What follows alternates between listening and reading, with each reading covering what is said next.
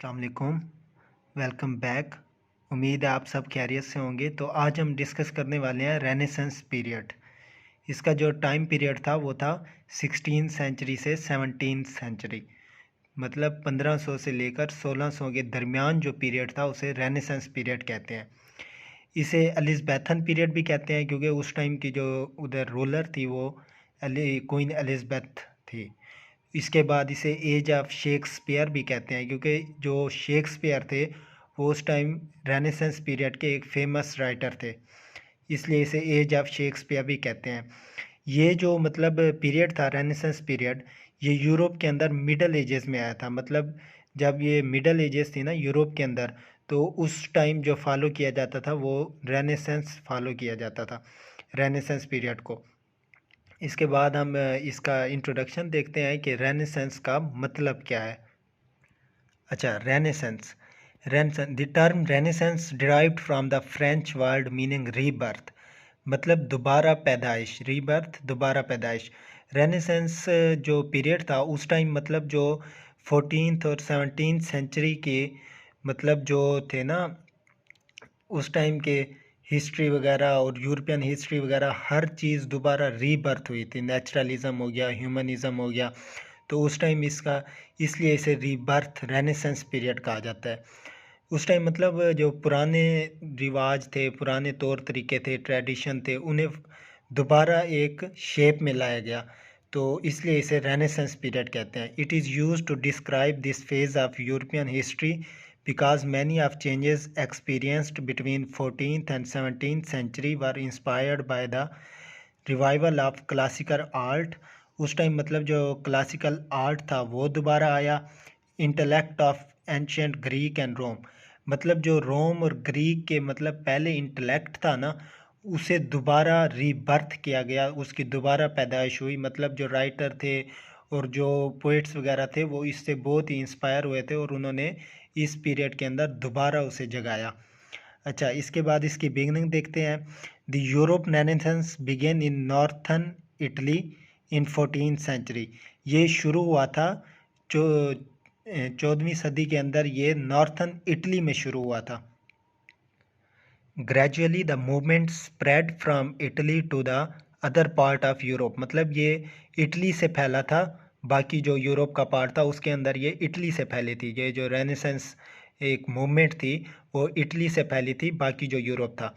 अच्छा, इसकी जो ख़ास बात थी ना वो ये थी कि change in the way of people thought about themselves and the world, मतलब लोगों की उन्होंने सोच बदली कि वो अपने बारे में और दुनिया के बारे में क्या सोचते हैं, उन्होंने उनकी ये सोच चेंज की। इसके बाद जो इसकी जो मेन करेक्टरिस्टिक थी ना वो थी ह्यूमनिज़म।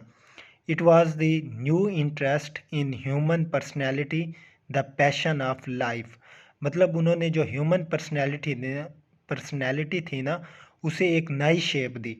मतलब वो कहते थे जो ह्यूमन पर्सनैलिटी है और उसका जो पैशन है उसे उन्होंने एक न्यू तरीके से डिस्क्राइब किया यूरोप वालों को।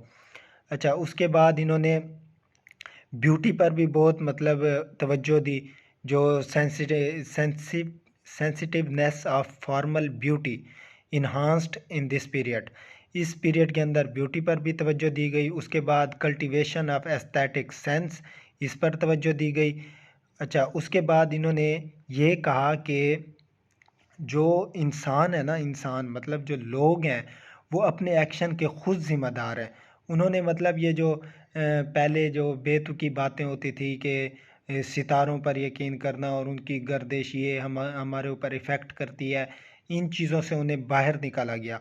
उन्हें कहा कि तुम जो एक्शन करते हो तुम उसी के ज़िम्मेदार भी तुम हो और कोई चीज़ नहीं है। तो इसमें ये चीज़ भी उन्हें बताई गई।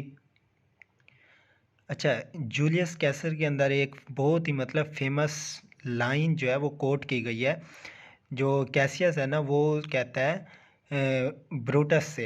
ब्रूटस से कहता है, the fault dear Brutus is not in our stars but in our self that we are underlings. मतलब वो कहते हैं कि जो गलती है ना वो सितारों में नहीं है कि भाई सितारों की गर्दिश यूँ है तो इसलिए ये हो गया फलां हो गया, नहीं। वो कहता था कि ये हमारे अंदर खुद है, जो हम करते हैं हम उसी का भी उसको मतलब जो बीज हम बोते हैं वही हम काटते हैं, मतलब हम अपने एक्शन के खुद ज़िम्मेदार हैं। अच्छा, इसके बाद हम इसकी करैक्टरिस्टिक देखेंगे।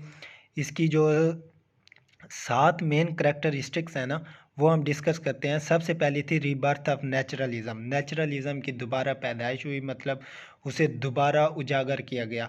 इसके बाद डेप्थ इन आर्ट, आर्ट को बहुत ही डीप देखा गया। क्रिएट नॉन रिलीजियस थीम्स, मतलब उसमें इन्होंने रिलीजियस वगैरह पर इतना ज़्यादा वो नहीं किया, उन्होंने नॉन रिलीजियस थीम्स पेश की। इसके बाद प्राइवेटली ओन्ड आर्ट, मतलब जो आर्ट था उसे प्राइवेट किया गया, प्राइवेटली ख़रीदा गया। इसके बाद एडवांसमेंट इन न्यू टेक्नोलॉजीज़, नई जो टेक्नोलॉजीज़ थी उसमें एडवांसमेंट हुई। बर्थ ऑफ ह्यूमनिज़म, ह्यूमनिज़म जो हमने पहले डिस्कस किया है उसकी पैदाइश हुई, उसे उजागर किया गया। Shift in balance of power among European ruler elite class, मतलब एलियट क्लास के जो लोग थे ना उनके अंदर पावर तकसीम की गई। अच्छा, इसके बाद हम डिस्कस करेंगे इसके जो है ना राइटर्स। अच्छा, राइटर्स से पहले हम देखते हैं कि इसमें रेनेसेंस पीरियड के अंदर जो लिटरेचर थी वो कैसी थी।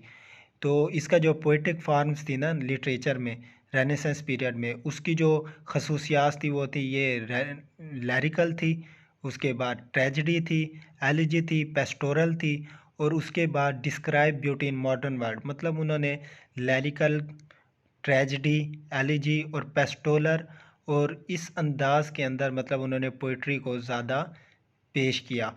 और उसके बाद उन्होंने मॉडर्न वर्ल्ड के अंदर जो ब्यूटी थी, जो हुस्न था, उसे भी इन्होंने पेश किया इसकी लिटरेचर के अंदर। अच्छा, इसके जो नोटेबल राइटर हैं वो हम देख लेते हैं। सबसे पहले, जैसे मैंने पहले भी डिस्कस किया, विलियम शेक्सपियर हैं। विलियम शेक्सपियर थे ना, मतलब कोई भी जब लिटरेचर लिखता था तो वो उन्हें मेंशन करता था उस टाइम, मतलब वो इतने फेमस राइटर थे। इसके बाद जॉफरी चौसर थे। उसके बाद जॉन डन भी बहुत ग्रेट मतलब राइटर हैं। इसके बाद एडमंड स्पेंसर थे। इसके बाद डेंटे थे और एमडी थे। ये मतलब उसके जो थे ना फेमस राइटर थे रेनेसेंस पीरियड के। तो उम्मीद करता हूँ आपको इसका जो एक शॉर्ट इंट्रोडक्शन था वो समझ आ गया होगा कि रेनेसेंस पीरियड क्या था। उसके बाद पहले भी मैंने प्योरिटन एज हो गई और उसके बाद रेस्टोरेशन एज हो गई, इस पर वीडियोस बनाई हुई हैं। तो वो अगर आपने जाके देखनी है तो वो आप देख सकते हैं। उसके बाद चैनल को सब्सक्राइब कर दें। इंशाल्लाह हम साथ साथ चलते रहेंगे। अल्लाह हाफिज़, अपना ख्याल रखिएगा।